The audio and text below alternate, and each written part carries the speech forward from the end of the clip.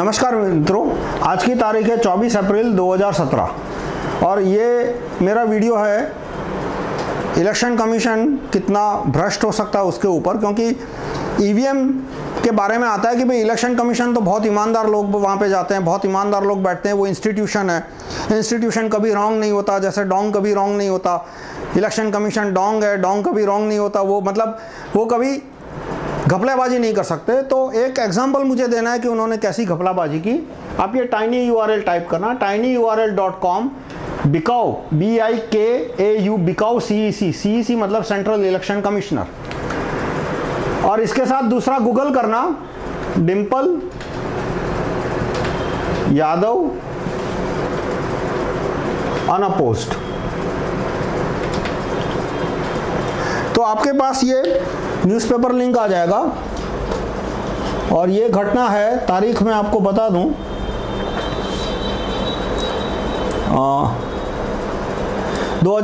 जनवरी 2012 की घटना है कि अखिलेश यादव जो यूपी के मुख्यमंत्री बने तो उन्होंने लोकसभा से रिजाइन किया, कन्नौज लोकसभा।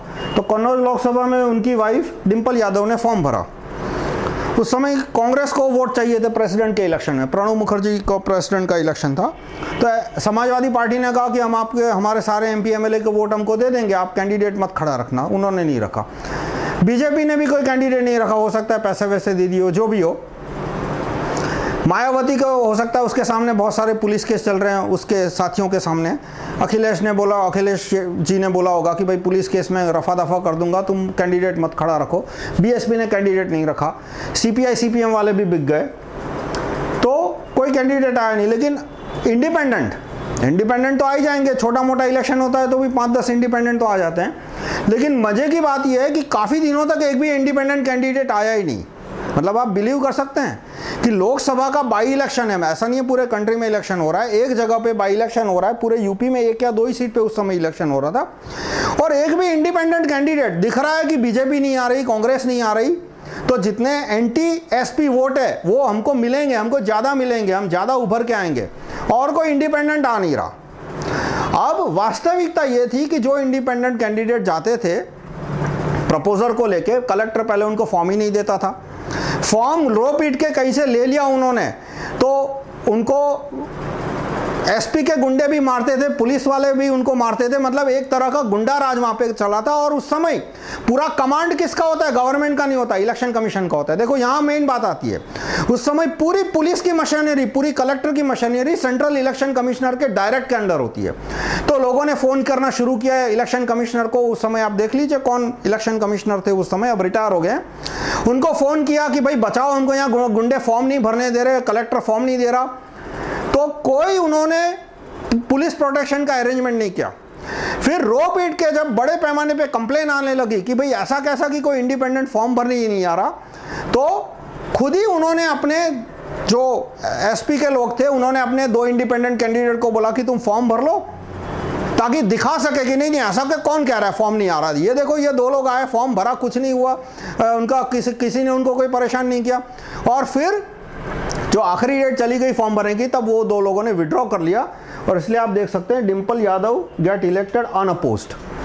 आज के ज़माने में 2012 के में यदि कोई इंडिपेंडेंट चुनाव नहीं लड़ रहा, यदि आपको ये बात माननी हो तो मान लीजिए, मतलब यदि आप ये बात मान सकते हैं तो शायद आप कुछ भी मान सकते हैं। और इतने बेवकूफ़ हो तो मैं कहूँगा आप मेरे वीडियो ही देखना बंद कर दीजिए।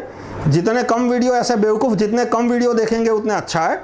लेकिन यदि आपको इसमें लगता है कि बड़े पैमाने पे गुंडागर्दी हुई, तो साफ है कि इलेक्शन कमीशन ने इस गुंडागर्दी में पूरी मदद की, क्योंकि उस समय इलेक्शन कमीशन यदि 5 दिन के लिए भी इंडिपेंडेंट और उनके जो 10 प्रपोजर उनको प्रोटेक्शन दे देता, तो इस तरह से अनअपोज्ड चुनाव जीतने का मुमकिन ही नहीं होती। तो ये पूरा वीडियो मैंने क्यों बनाया, मेरा मुख्य उद्देश्य EVM से है। लेकिन जब EVM की बात आती है तो बहुत सारे EVM के अंधभगत है, इलेक्शन कमीशन के अंधभगत है, वो कहना शुरू कर देते हैं कि भाई इलेक्शन कमीशन एक बहुत ही ईमानदार इंस्टीट्यूशन है और वो घपलेबाजी नहीं करता, वो घपलेबाजी को हमेशा रोकने के लिए तत्पर रहता है। यहाँ मैं एग्जांपल दे रहा हूँ कि किस तरह से उन्होंने घपलेबाजी, किस हद तक उन्होंने गुंडागर्दी को प्रोटेक्शन दिया इलेक्शन कमीशन ने। और इससे प्रूव होता है कि यदि ये कर सकते हैं तो ईवीएम के पीछे तो बहुत बड़े, मतलब अखिलेश यादव जी क्या है, ईवीएम को मैनिपुलेट करने वाले तो उनसे 100 गुने बड़े माफिया है, पावरफुल लोग हैं। मतलब उनका लिंक तो सीधा रॉकफेलर रॉथस्चाइल्ड से कनेक्टेड है। ऐसा मत मानिए कि ईवीएम मैनिपुलेट करने वाले लोग हैं वो बीजेपी कांग्रेस के हैं। बीजेपी कांग्रेस में किसी की इतनी औकात नहीं है कि वो 1-2 लाख ईवीएम को मैनिपुलेट करे और मीडिया वालों को दबा सके कि हरिप्रसाद का वीडियो नहीं दिखाना किसी को, और वो वीडियो का लिंक भी किसी नेता की हिम्मत नहीं हुई कि अपने कार्यकर्ताओं को कहे कि भाई ये वीडियो का लिंक मैं आपको देता हूँ, आप लिंक देख लो। क्योंकि किसी भी नेता ने यदि वो लिंक दिया होता अपने कार्यकर्ताओं को तो आप सिर्फ 1.5 लाख व्यू नहीं होते, कम से कम 10, 20, 50 लाख व्यू पहुँच गए होते। तो ये वीडियो का पर्पस था ये दिखाने के लिए कि इलेक्शन कमीशन किस हद तक करप्ट हो सकता है। आप सुप्रीम कोर्ट का करप्शन, हाई कोर्ट का करप्शन तो वो तो आप देख ही रहे हैं, मतलब रोज आता है अखबार में दिखता है। लेकिन इलेक्शन कमीशन का करप्शन कम दिखता है, लेकिन वो भी ये इससे साबित होता है कि वो एक बड़े धांधलेबाजी वाली संस्था है। अब इसका उपाय क्या है? इसका उपाय है right to recall election commissioner. वो मैं दूसरा वीडियो बनाऊंगा। वैसे right to recall election commissioner का प्रोसीजर एक ही है, जो जिस तरह का मैंने प्रोसीजर प्रपोज किया, right to recall reserve bank governor, RBI governor, बस उसी तरह का प्रोसीजर है। तो इलेक्शन कमीशन पे जब राइट टू रिकॉल का प्रोसीजर आएगा तो इलेक्शन कमीशन के अंदर जो इस तरह की धांधलेबाजी हो रही है वो कम हो जाएगी। धन्यवाद।